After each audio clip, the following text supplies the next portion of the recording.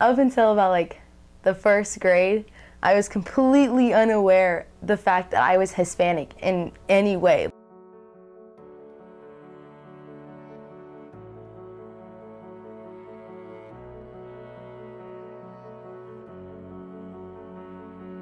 It was kind of difficult. Like, people always kind of looked at you differently. They're like, what are you? They think I'm either Filipino or Polynesian. But I've gotten Mexican a few times. Most people just think I'm white. A lot of people just think I like go spray tanning or something. Each of these multi-ethnic teens and many more in our country have struggled with finding their cultural identity.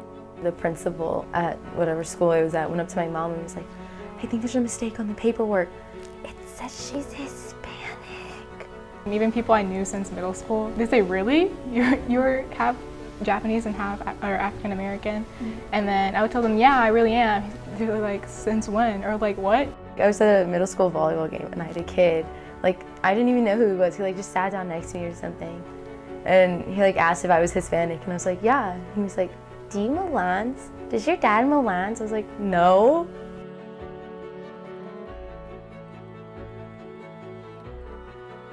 In our American culture, some people try to place multi-ethnic Americans in a single category, even when some people may categorize themselves in multiple racial groups. Society kind of prefers like one sort of specific look, and if you don't look that way, you're different. As much as people like to say, oh, that doesn't exist, or you know, whatever, it's fake, you know, it's still kind of around. And I do wish a lot of the times that I looked more Caucasian. When I was in elementary school, I definitely wished I was white, to be honest with you. It seemed like so much easier. I don't know, I just used to want to be white like everybody or just like the same kind of like look as everybody else. Now I don't care as much because we're all different. No matter how you identify these multi-ethnic Americans, it doesn't change who they are. My dad's Cambodian and my mom's Bengali. I'm half Japanese and I'm half African American. I am Mexican and European. I am Asian and American. And I'm proud to be me. And I'm proud to be me. And I'm proud to be me. And I'm proud to be me. These biracial teens started the process of discovering who they were culturally in middle school. Well, really, like, I started to realize that I'm like not one race when I was in middle school. And it was like, I noticed because a lot of people were always asking me, like, oh, what races are you? Because you're not one race.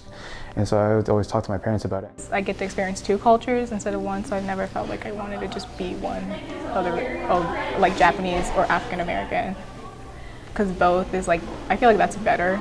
But it was difficult for these biracial teens to fully embrace their heritage when they aren't able to communicate effectively with their relatives. When I'm with my mom's side, they all speak to each other in Bengali, and it's like, okay, I'm here too, I want to learn, I want to know. There's times where I don't know certain words in Japanese, so I use English. I don't ever feel like really left out until someone's like, well, you can't even speak Spanish, so you're not even Hispanic. These multi-ethnic Americans wanted to learn their language, but certain circumstances growing up made it difficult. My dad couldn't teach me Spanish because he didn't really know it himself. I mean, I took Spanish for 3 years, but I mean, I'm still not like proficiently fluent in it. I just never had time. Like growing up, I was always doing soccer. Even without knowing their native language, biracial millennials say it doesn't make them any less connected to their culture. Because I can't speak Spanish doesn't mean I'm not Hispanic. It just means I can't speak Spanish. It's not what my family does. On the other side, some argue that language is a huge part to bring you closer to your culture. But speaking the language brings a big part of your culture to you, because you understand like the words, like understanding the words brings meaning to like your culture. Whether it be through language, religion, music, food, or more, there are many ways that these biracial teens and others can feel more connected to their culture. As they're learning more about their culture, it first starts with the connection between their parents. I kept our relationship secret for a really long time just because they wouldn't approve. People were like, you know, you can date Hispanic? I'm like, what? It's like, well, yeah. My mom is like one of 3 white women in my family because like my entire dad's side of the family like married Hispanics. So for her, like it was like kind of an adjustment, just because like a lot of people saw her differently in my family because she's not like them. I come from a Bengali background from Bangladesh, and so pretty much my parents and I were under the assumption, them more so, that I was going to get an arranged marriage. A lot of them were interested in like like how my mom, like a Bengali woman, met a Cambodian guy in England, of all places.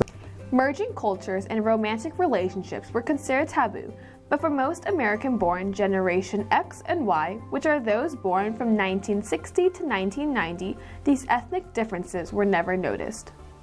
And to be honest, I never even saw the color difference, like the different ethnicity. I never thought of that in high school. Even before I dated Joe, I never thought of it in college. I really didn't see a difference. In some cultures, our grandparents line up suitors for an arranged marriage, but some American-born children didn't agree with their love life being dictated by their parents.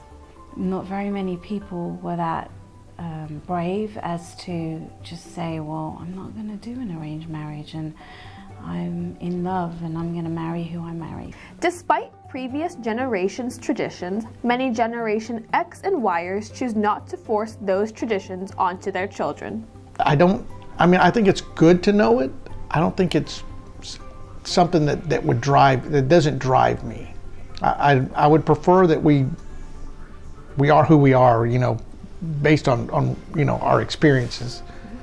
I'm not a big proponent of pushing the past. We don't really do any like cultural differences, I guess. Like we just kind of do what we like, and if it fits, then it fits.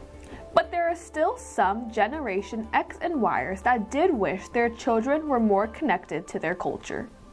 That is another regret, language and religion. The grandmother tries to keep that instilled in them. I wish I spoke all the languages that like my mom speaks. She speaks Bengali with her mom and her family, and I want to know what they're saying. I want to learn the language.